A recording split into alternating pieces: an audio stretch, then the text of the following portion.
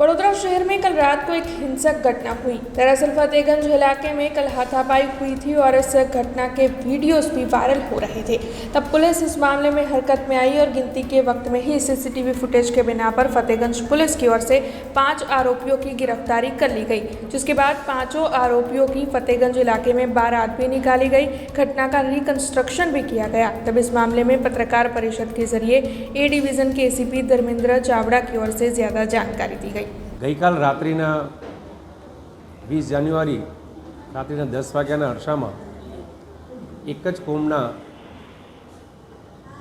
બે લોકો એટલે કે બે નાના જૂથ એમણે આંતરિક ઝઘડો કર્યો અને એ ઝઘડાના પરિણામ સ્વરૂપ ત્યાંના લોકો પણ હેરાન પરેશાન થયા। બંને ઝઘડવાના કારણે સામાન્ય ઈજા થતાં બંને પક્ષ એસએસજી હોસ્પિટલમાં દાખલ થયેલ।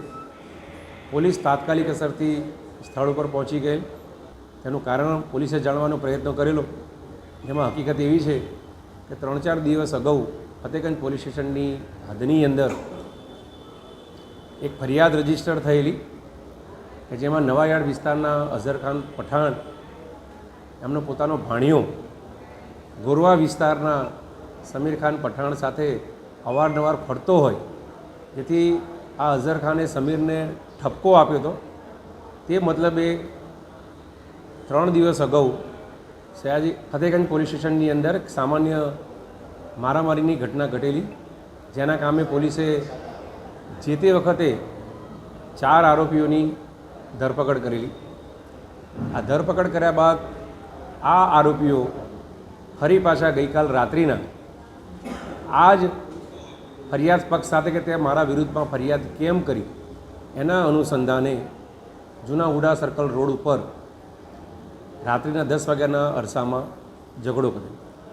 બંને પક્ષોએ ફતેગંજ પોલીસ સ્ટેશનની અંદર ફરિયાદ નોંધાવેલી છે। કુલે 12 આરોપી છે, એમાં કુલ 6 આરોપીઓની પોલીસે ધરપકડ કરેલી છે। આ ધરપકડ કરેલા આરોપીઓ નદીમ સલીમ ખાન પઠાણ, ઓવેસ અબ્દુલભાઈ પઠાણ, अनुराग मिश्रा, समीर पठाण, साजिद पठाण, एजाद शेख आ तमाम आरोपीओ गोरवा विस्तारना छे। बाकीना जे 3 आरोपीओना नामों छे शान पठाण, मोहम्मद पठाण और अजहर पठाण, ये 3 नवायार्ड विस्तारना छे, जे हाल होस्पिटलाइज है, एमनी सारवार चालू है।